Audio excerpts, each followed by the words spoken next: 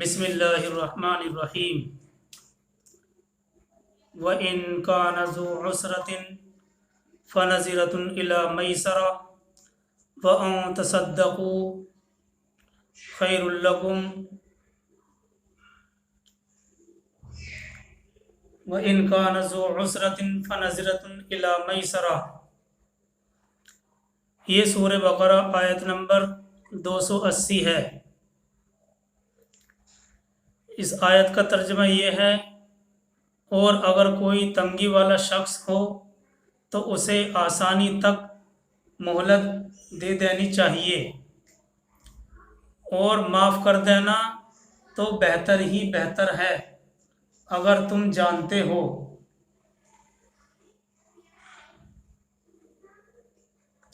وَإِن كَانَ ذُو عُسْرَةٍ فَنَظِرَةٌ إِلَى مَيْسَرَةٍ وَأَن تَصَدَّقُوا خَيْرٌ لَكُمْ إِن كُنتُمْ تَعْلَمُونَ۔ اور اگر کوئی تنگی والا شخص ہو تو اسے آسانی تک مہلت دے دینی چاہیے، اور معاف کر دینا تو بہتر ہی بہتر ہے اگر تم جانتے ہو۔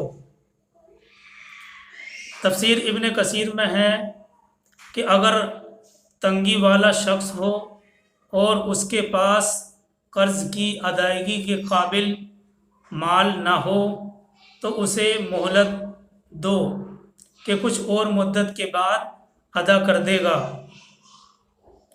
ایسا نہ ہو کہ سود در سود لگاتے رہو، سود در سود لگاتے چلے جاؤ، یعنی مدت گزر گئی اب اتنا سود لیں گے۔ بہتر یہ ہے، بلکہ بہتر بات تو یہ ہے کہ ایسے غریبوں کو اپنا قرض معاف کر دو۔ وَإِن كَانَ ذُو عُسْرَةٍ فَنَظِرَةٌ إِلَى مَيْسَرَةٍ۔ یہ آیت 280 ہے۔ اس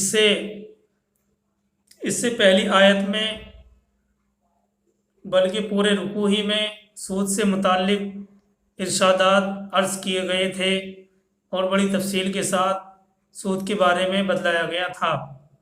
یہ آیت تفسیر ابن کثیر نے اس آیت کی ڈیٹیل میں جانے سے پہلے ہم کو ان احادیث کے بارے میں غور و فکر کرنا پڑے گا جو قرض دار کو مہلت دینے کی فضیلت کے بیان میں ذکر کی گئی ہیں، اور ان احادیث سے قرض دار کو مہلت دینے کی اہمیت بتلائی گئی ہے۔ سب سے پہلے طبرانی کے اندر حدیث ہے کہ جو شخص قیامت کے دن عرش کا سایہ چاہتا ہو وہ یا تو ایسے شخص کو مہلت دے دے یا معاف کر دے۔ طبرانی کی حدیث میں ہے کہ جو شخص قیامت کے دن عرش کے سایہ چاہتا ہو، عرش کا سایہ چاہتا ہو تو وہ یا تو ایسے شخص کو مہلت دے دے یا معاف کر دے۔ اور احمد کی روایت میں ہے کہ جو شخص غریب آدمی پر اپنا قرض وصول کرنے میں نرمی کرے اور اسے ڈھیل دے، اس کو جتنے دن وہ قرض ادا نہ کر سکے اتنے دنوں تک ہر دن اتنی رقم خیرات کرنے کا ثواب ملتا ہے۔ احمد کی روایت میں ہے کہ جو شخص غریب آدمی پر اپنا قرض وصول کرنے میں نرمی کرے اور اسے ڈھیل دے، اس کو جتنے دن وہ قرض ادا نہ کر سکے اتنے دنوں تک ہر دن اتنی رقم صدقہ کرنے کا ثواب ملتا رہے گا۔ اسی طرح سے حضرت ابو قتادہ رضی اللہ تعالیٰ عنہ کا قرض ایک شخص کے ذمے تھا، وہ تقاضا کرنے کو آتے تھے۔ حضرت ابو قتادہ رضی اللہ تعالیٰ عنہ تقاضا کرنے کے لیے آتے تھے، لیکن یہ شخص چھپ جایا کرتے تھے اور نہ ملتے تھے۔ ایک دن وہ آئے، بچہ گھر سے نکلا، آپ نے اس بچے سے معلوم کیا، پوچھا، اس نے کہا ہاں گھر میں موجود ہیں، کھانا کھا رہے ہیں۔ اب حضرت ابو قتادہ رضی اللہ تعالیٰ عنہ نے انہیں اونچی آواز سے پکارا اور فرمایا مجھے معلوم ہو گیا ہے کہ آپ گھر میں موجود ہو، آؤ باہر آؤ، جواب دو۔ وہ बेचारे बाहर निकले। आपने कहा क्यों छुप जाते हो, क्यों छुपते रहे हो? कहा हज़रत बात यह है कि मैं मुफलिस हूँ, गरीब हूँ, इस वक्त मेरे पास रकम नहीं, शर्मिंदगी और नदामत की वजह से आपसे नहीं मिलता हूँ। आपने कहा कसम खाओ। उन्होंने कसम खाई तो हज़रत अबू कतादा रज़ी अल्लाह ताला अन्हु रोने लगे और फरमाने लगे, मैंने हुज़ूर सल्लल्लाहु अलैहि वसल्लम से ये सुना है कि जो शख्स कर्ज़दार को ढील दे या अपना कर्ज माफ़ कर दे वो क़यामत के दिन अल्लाह के अर्श के साए में होगा। ये रिवायत सही मुस्लिम की हदीस है। इसी तरह से हज़रत अबू याला ने एक हदीस रिवायत की है कि हुज़ूर सल्लल्लाहु अलैहि वसल्लम फरमाते हैं कि क़यामत के दिन एक शख्स को अल्लाह के सामने पेश किया जाएगा।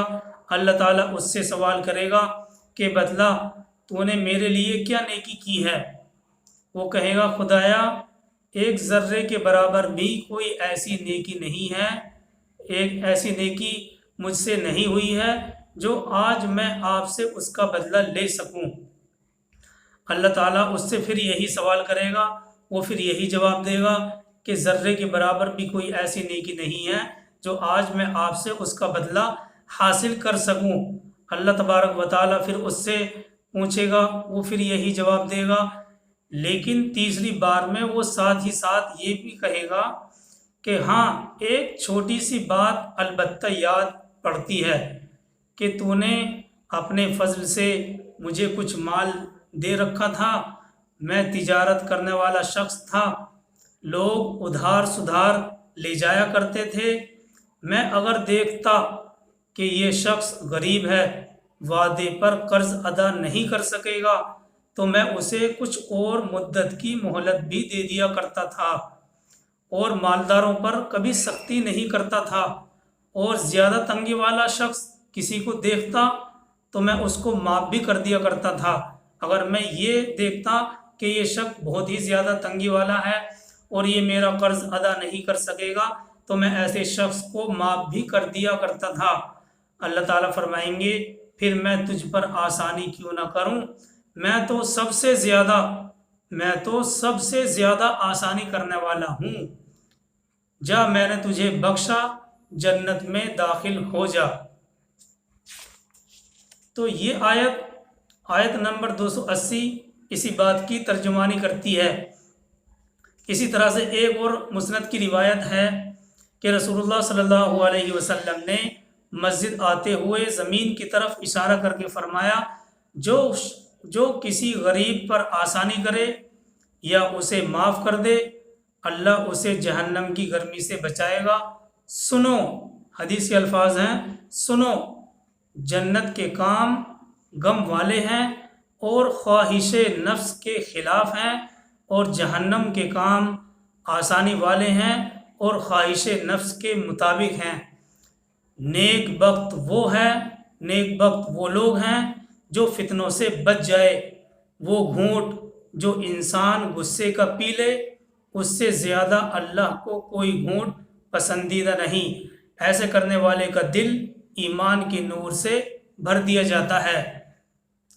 इस सिलसिले में ये हदीस बड़ी अहम है कि अल्लाह के नबी सल्लल्लाहु अलैहि वसल्लम ने फरमाया कि जो शख्स किसी गरीब पर आसानी करे या उसे माफ़ कर दे, अल्लाह उसे जहन्नम की गर्मी से बचाएगा।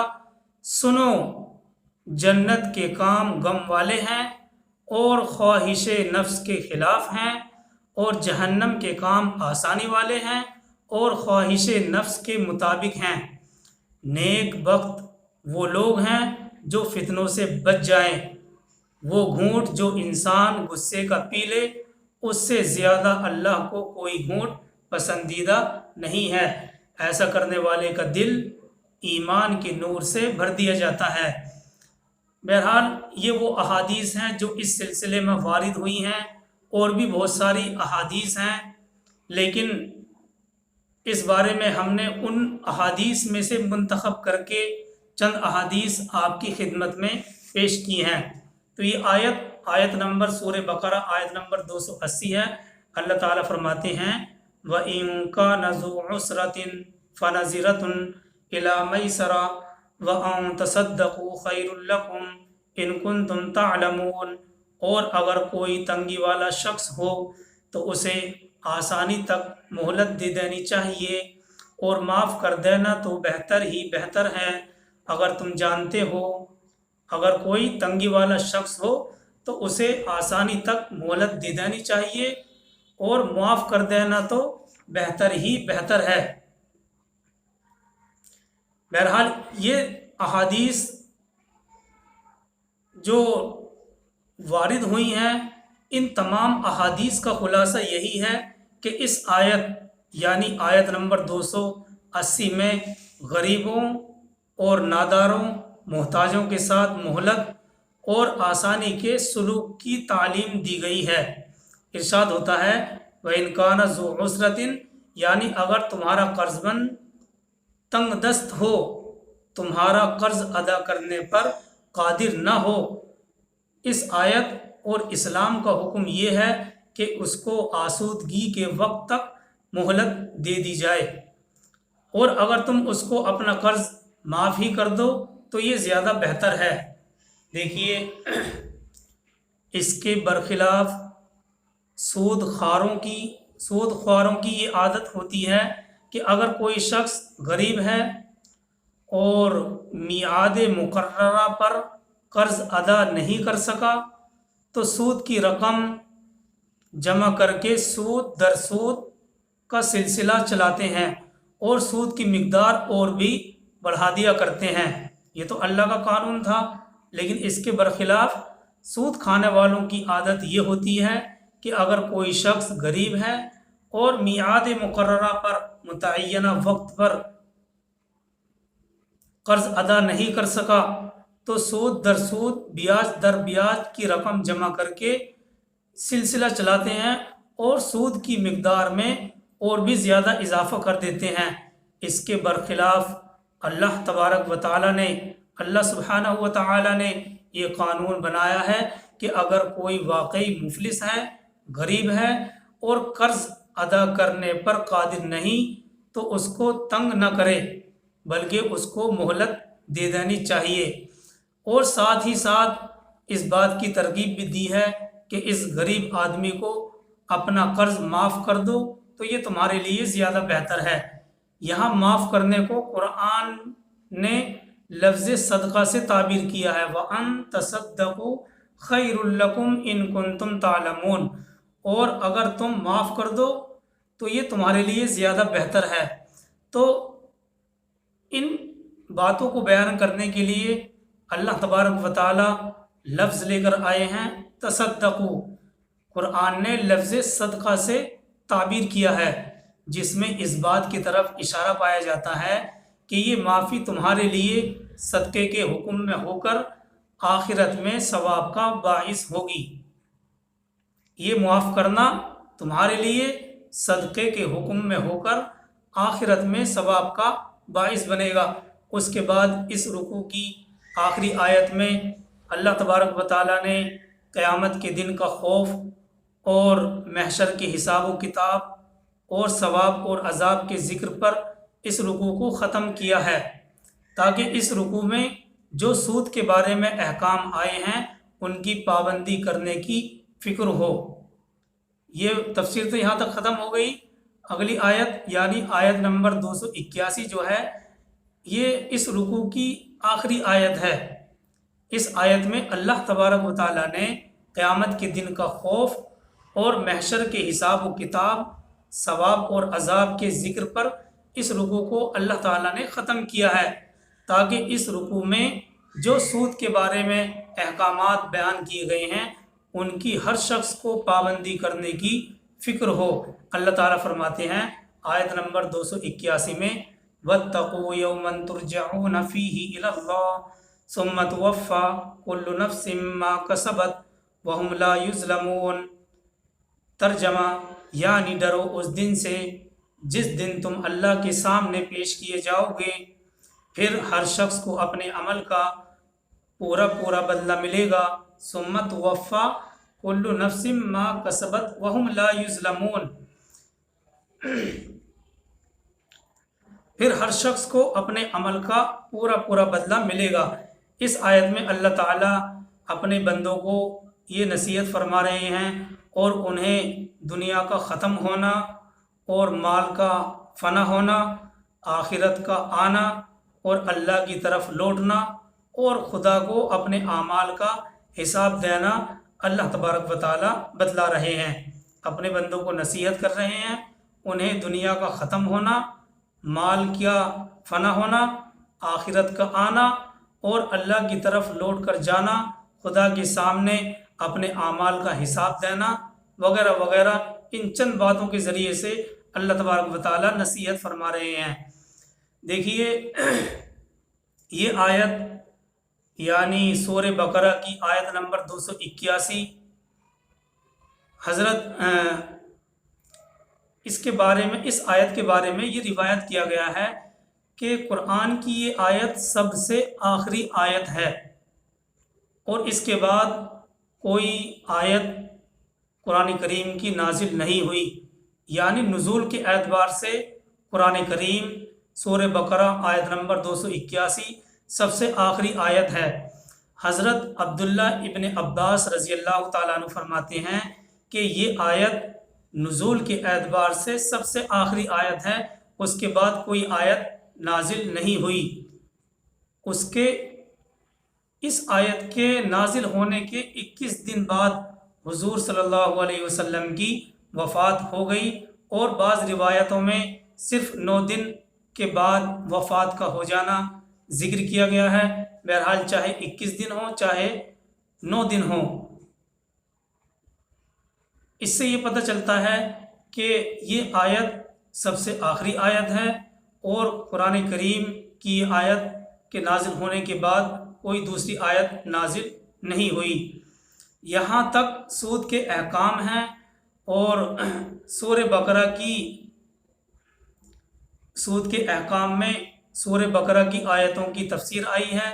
سود کی حرمت میں سورہ بقرہ میں 7 آیتیں ذکر کی گئی ہیں اور سورہ آل عمران میں 1 آیت، سورہ نساء میں 2 آیتیں ذکر کی گئی ہیں اور 1 آیت سورہ روم میں بھی ہے۔ جیسے جیسے یہ آیتیں آتی جائیں گی ویسے ویسے تفسیر اور ترجمے سے آگاہ کر دیا جائے گا۔ بہرحال ان 2 آیتوں سے یعنی آیت نمبر 280 اور 281 سے یہی معلوم ہوتا ہے کہ اگر کوئی قرض مند ہے، قرض ادا کرنے کی طاقت نہیں رکھتا ہے، اس کے پاس اتنا مال نہیں ہے کہ وہ میعاد مقررہ پر قرض کو ادا کر سکے، تو اس کو مہلت دے دینی چاہیے، اور اگر کوئی شخص مہلت دے گا تو اللہ تبارک و تعالیٰ کے پاس سے اس کا اجر پائے گا۔ اور یہ آخری آیت نمبر 281 اللہ تبارک و تعالیٰ نے اس آیت کو نازل فرما کر یہ بتلایا گیا ہے، نصیحت کی گئی ہے تاکہ تمام انسان جو اس رکوع کے اندر احکامات نازل کیے گئے ہیں سود سے متعلق، ان احکامات کو پورا کرنے کی، پابندی کرنے کی فکر کرے۔ اللہ تبارک و تعالی ہم سب کو عمل کرنے کی توفیق عطا فرمائے۔ سبحان